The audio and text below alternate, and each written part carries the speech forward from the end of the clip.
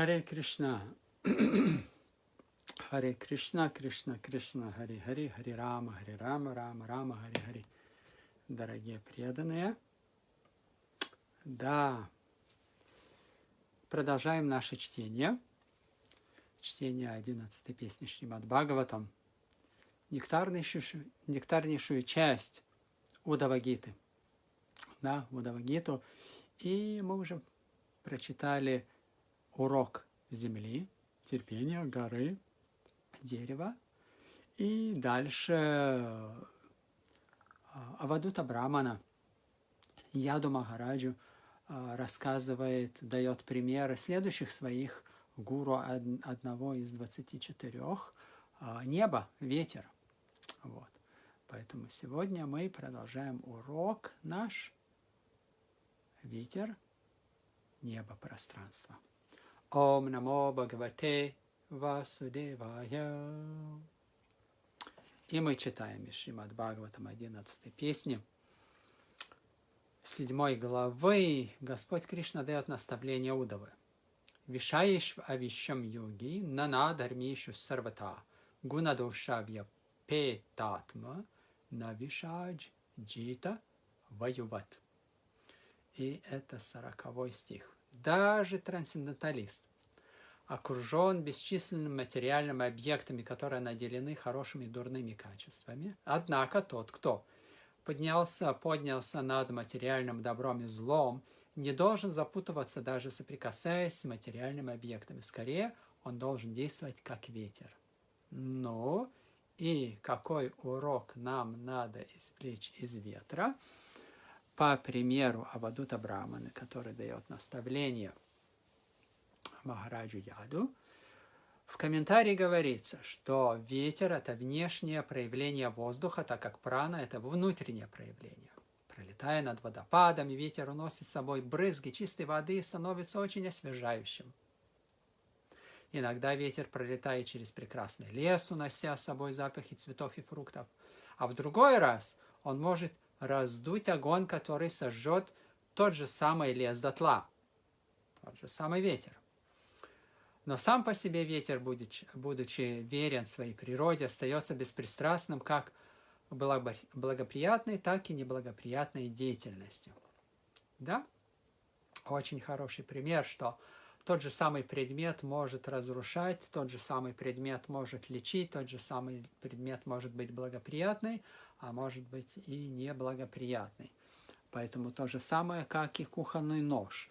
Он может стать инструментом для преступления, но, с другой стороны, хирург тоже оперирует ножом. И мы хлеб режем ножом, сыр режем ножом. Вот. Поэтому и ветер может разносить запахи, а может раздуть огонь и сжечь все дотла. Точно так же в материальном мире мы неизбежно будем оказываться как в хороших, так и в плохих ситуациях. Но если мы сохраняем в себе сознание Кришны, нас не будет беспокоить плохое и не будет привлекать то, что благоприятно с мирской точки зрения или нехорошее. Да? Исполняя свои духовные обязанности, преданный иногда повторяет Харе Кришна в чудесной деревенской атмосфере, на природе, а иногда делает то же самое в адском чреве города. В том или в другом случае ум его сосредоточен на Господе Кришне, и преданный испытывает трансцендентное блаженство в любых условиях и обстоятельствах. Хотя ветер веет над самым дурным и отвратительными местами, его это не тревожит и не беспокоит. Подобным же образом преданный Господа Кришны, даже попадая в самые трудные ситуации, не должен испытывать страх или тревогу. У тех, кого привлекает приятные с материальной точки зрения формы, вкусы, запахи, звуки и осязательные ощущения, противоположные явления в тех же категориях вызовут отвращение. Иначе говоря, если нам что-то понравится или нравится в мире, или мы живем по системе ценностей, что ищем то, что нам нравится, принимаем то, что нам нравится, а то, что не нравится, отказываемся, отбрасываем и избегаем, то вся наша жизнь пройдет в двойственностях между добром и злом, вкусным и невкусным, красивым, отвратительным. И именно этому Господь Кришна и учит Арджуну избегать вот таких ситуаций или на самом деле поменять свою точку зрения на трансцендентную. Нету в этом мире ничего благоприятного или неблагоприятного, поэтому есть только абсолютная истина, есть преданное служение, и на это преданный концентрируется таким образом, себя охраняя или обезопасив от страданий, от болезней, от неблагоприятных условий материального существования. Вот. Таким образом, человек, окруженный бесчисленными проявлениями хорошего и плохого, материалист, пребывает в постоянном беспокойстве. Вот. Какой результат того, что мне что-то нравится или что-то не нравится? Всегда ум будет оставаться беспокойным. Когда ветер дует одновременно во многих направлениях, атмосфера становится неспокойной. Да? Слева направо, с юга на восток, с севера на юг и так далее. Точно так же, если ум постоянно притягивают и отталкивают материальные объекты, он придет в такое беспокойство, что думать про абсолютную истину будет невозможно. А это уже нехорошо, потому что теряется смысл жизни. Вот. Поэтому нужно учиться у ветра искусству двигаться по материальному миру без привязанности. Если прошлый наш урок был про терпение, то этот урок про отречение. Жить в этом мире, но не отождествлять себя с ним. То же самое, как в следующем стихе. Сейчас мы прочитаем. Ветер разносит разные запахи, но не отождествляет себя с ними. Вот, и 41 стих гласит: «Парти вешв игадехишу правиште стад гунашраяха гунайр на юджяте йоги гандхайр ваюр и ватмадрик». Хотя, стих гласит, хотя осознавшая себя душа пребывает в различных материальных телах, но это осознавшая себя душа, которая осознает, что оно не является этим телом, испытывает их разнообразные качества и функции. Да, можно получить женское тело, мужское тело, тело полубога, тело демона, взрослое, старое, молодое. Да? Она никогда не запутывается так же, как и ветер, который, перенося различные ароматы, не смешивается с ними. Вот еще хороший урок отречения. Да? Можно находиться в каких-то обстоятельствах, можно находиться в каком-то теле, но нужно научиться не отождествлять себя с этими обстоятельствами, с этим телом. Не отождествлять — это значит не привязываясь, зная, что все эти события приходящие то же самое, как и тело, которое является просто одним из условий материального существования. В комментарии говорится, что хотя ветер может казаться нам благоухающим или зловонным, в зависимости от запаха, который он переносит, его подлинная природа остается неизменной. Точно так же, хотя мы считаем конкретного человека сильным или слабым, умным или глупым, красивым или невзрачным, хорошим или плохим, чистая эта душа, то есть сама личность, не обладает никакими этими качествами тела. Вот вам мантра для отречения. Что хотя, как личность, казалось бы, с внешней стороны одета определенным образом, в определенном настроении, с определенным положением в обществе, славой или богатством, силой, красотой одарен. Душа с этим ничего общего не имеет. И казалось бы, ну и ладно, ну да. Дело в том, что все эти условия временные. И привязываясь к ним, к славе, к красоте, к силе, мы будем впоследствии испытывать страдания, когда это все уйдет. А это все уйдет. Или естественно, или принудительно. По-любому это доставит много боли. Поэтому, таким образом, человек, обладающий сознанием Кришны, всегда понимает, что отличен от временного тела. Он испытывает на себе перемены, происходящие с телом, детство, отрочество, зрелость и старость. Но хотя он чувствует страдания, удовольствие, а также ощущает качество и функциональное функционирование тела, он не считает его собой. Это осознавшая себя душа. Тогда такой человек всегда понимает, что является вечной душой, частичкой Господа Кришны, Дживера Сварупагой Кришнера Нитядас, как говорится в этом стихе, на юджьяте йоги. Такой человек в сознании Кришны не попадает в зависимость. Да? Иначе говоря, привязанность – это зависимость. Мы знаем из Бхагавад-гиты 2 главы, где Кришна описывает Арджуну цепочку падения. Просто созерцая объекты чувств, ум вырабатывает привязанность к ним. Впоследствии этой привязанности возникает вожделение, потом гнев, потом потеря памяти, разума и впадается в иллюзию. А иллюзия – это значит, видим не то, что есть, а видим то, что хотим видеть. Слышим не то, что на самом деле, как оно есть, а слышим то, что ум, чувство, я, обусловленная душа, хочу слышать. Это уже беда. Поэтому мантра Дживера Сварупагой Кришнера Нитядас, понимание своего положения вечного слуги Господа, это лекарство.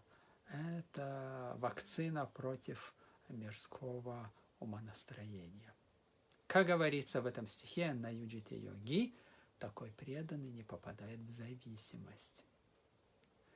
Он может любоваться чем-то в этом мире, но всегда понимать, что это принадлежит Кришне, что это часть Кришны, что это аспект, определенный элемент Кришны, и все видеть в связи с Господом. Вывод таков, что никогда не стоит рассматривать человека, обладающего сознанием Кришны, с точки зрения телесных обозначений. Да? Может быть человек старый, может быть молодой, может быть инвалид, может быть здоровый, может быть славный, может быть вообще бомж. Но наша мерка не метр, не километр, не мили, не килограммы, не унции, не дюймы, а сознание Кришны. Насколько человек в сознании Кришны, насколько предмет или ситуация связана с Господом. Или насколько я могу в силу своей чистоты сердечной связать все с Господом. Или обстоятельства, ситуацию, человека, предмета. Поэтому любого живого существа нужно принимать как вечного слугу Господа. И последний сегодня стих 42 о небе. Да? Ветер, небо. Наши сегодняшние такие будут примеры и уроки. Тархиташча стира джангамишу брахматва бхавина саманваена вяптя вя вачедам асангам атмано мунирнабхаствам витатасия бхаваит. Вдумчивый мудрец. В прошлом стихе была осознавшая себя душа, человек. Сейчас в этом стихе вдумчивый мудрец. Даже живя в материальном теле, должен воспринимать себя чистой душой. Также он должен видеть, что душа входит во все формы жизни, как движущиеся, так и неподвижные. И поэтому индивидуальные души вездесущие. Это мантра, как видеть везде Господа. Видеть Его в форме распространившихся душ по всей Вселенной. Да? Поэтому каждая душа – частичка Господа. Мудрец должен видеть, что Верховная Личность Бога, как сверхдуша, одновременно присутствует во всем. Поэтому индивидуальную душу и сверхдушу можно постичь, сравнивая их с природой неба. Вот. Небо. Хотя небо простирается повсюду, и все покоится в небе, небо ни с чем не смешивается, и его невозможно чем-либо разделить. Да? Попробуйте взять ножницы и разрезать или отрезать кусочек неба, или ножом, или фейерверком, или чем-нибудь. Не разделить. Небо не разделить. Вот. И в прекрасном комментарии приводится несколько цитат стихов, подтверждающих этот пример. Вот. Хотя воздух существует в пределах неба, небо или пространство отлично от воздуха. Пространство, небо существует даже там, где нет воздуха. Да? Космос, допустим. Какой там воздух? Там пространство. Все материальные объекты расположены в пространстве или в бескрайнем материальном небе, но само небо остается неделимым. Много разделенных предметов, планеты, живые существа существуют в пространстве, но само пространство едино. И хотя оно вмещает в себя все объекты этого мира, пространство, небо, никогда ни с чем не смешивается. Да? Попробуйте смешать. Таким же образом можно понять и положение индивидуальной души и сверхдуши. Индивидуальная душа всепроникающая, поскольку существует бесчисленные дживатмы, которые входят во все сущее. При этом, как подтверждается в ведических писаниях, каждая индивидуальная атма остается бесконечно мала. Поэтому в Шветашватаре Упанишаде говорится «Балаграша та багасяша та адха, калпитасья ча баго дживаса, вигея са чанатья калпате». Если кончик волоса разделить на 100 частей, затем каждую из них разделить еще на 100, размер одной такой части будет равен размеру вечной души. Нам дает такую аналогию для понятия величины души. А тоже подтверждается и в Шримад Бхагаватам. Кеша грашата бхагасья шатамшаха садришатмака живаха сукшма сварупу ям сакьятито хичитканаха. Духовным частицам нет числа, и размеры каждой из них составляют 1/10,000 кончика волоса. Однако, Верховная Личность Бога является всепроникающим, поскольку Он сам лично присутствует повсюду, и Господа называют Адвайта, неделимым. Таким образом, один и тот же, единственный в своем роде Господь, Личность Бога, существует повсюду, подобно небу. Вот видите, какой хороший пример. Казалось бы, небо не олицетворенное, не воодушевленное, казалось бы. Но как нам нужно понимать этот пример в связи с Господом? Что Господь, распространяющийся повсюду, вот, проникающий все, неразделимый. При этом Господь ни с чем не связан, хотя все покоится в нем, как и в небе. В небе все покоится, но не связан ни с чем. Сам Господь в Бхагавад-гите подтвердил это рассуждение о его вездесущности. Ятха шастито нитьям ваю сарватраго маханта та сарвани бутани мат станити упадхарая. Это 9.6, 9 глава, 6 стих, где говорится, что «Знай же, Арджуна, что все сотворенные существа покоятся во мне.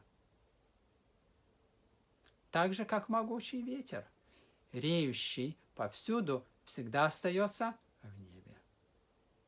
Поэтому, хотя и дживу, и сверхдушу называют всепроникающими, следует помнить, что индивидуальных джив бесчисленное множество, тогда как Верховная Личность Бога только одна. И Господь всегда занимает верховное положение, по-настоящему вдумчивый мудрец никогда не сомневается в этом. Вот. И хотя я вам обещал, что это будет последний сегодня стих, но тем не менее следующий стих, 43, очень уместный. Смотрите. Хотя могучий ветер несет облака и бури по небу, небо всегда свободно от такой деятельности, не подвергается ее влиянию. Также и душа на самом-то деле не меняется и не подвергается воздействию, соприкасаясь с материальной природой. Хотя живое существо входит в тело, состоящее из земли, воды и огня, и хотя оно опутано 3 гунами природы, порожденным вечным временем, его нетленная духовная природа на самом деле никогда не меняется. Вот. Поэтому, хотя может казаться, что будто мощные порывы ветра, ураган, град, молнии, гром влияют на небо, но оно, будучи очень тонким по природе, в действительности не затрагивается ничем, являясь скорее фоном для таких видимых явлений. Вот этот материальный мир всего лишь навсего фон для деяния 3 гун материальной природы. И тоже как на ветру разносится пыль или разные предметы, в зависимости от силы ветра, ураган может поднять и машины, и дома, да, то и в силу влияния 3 гун материальной природы наш ум, чувства тоже разносится по сторонам, как на ветру пыль. Душу, которая является самым тонким элементом, ничто не затрагивает, и лишь из-за ошибочного отождествления себя с внешней деятельностью тела и ума, душа в материальном мире подвергается ужасным страданиям. Да? Душа. Но, в принципе, душа, по-любому, даже если в теле богатого, знаменитого, сильного, красивого человека, все равно испытывает голод по отношениям с Господом. По бхакти, по преданному служению, которое является отношение с Господом. Поэтому до тех пор, пока не восстановить утраченные отношения с Господом и не удовлетворить душу этим отношениями, все остальное в этом мире называется страданием. Поэтому в этой связи Шрила Мадхвачарья отмечает, что индивидуальное живое существо должно прилагать усилия, чтобы возродить в себе божественное духовное качество. Очень интересно, что Господь по природе, Он божественный, и для Него не требует это никаких усилий оставаться божественным, верховным.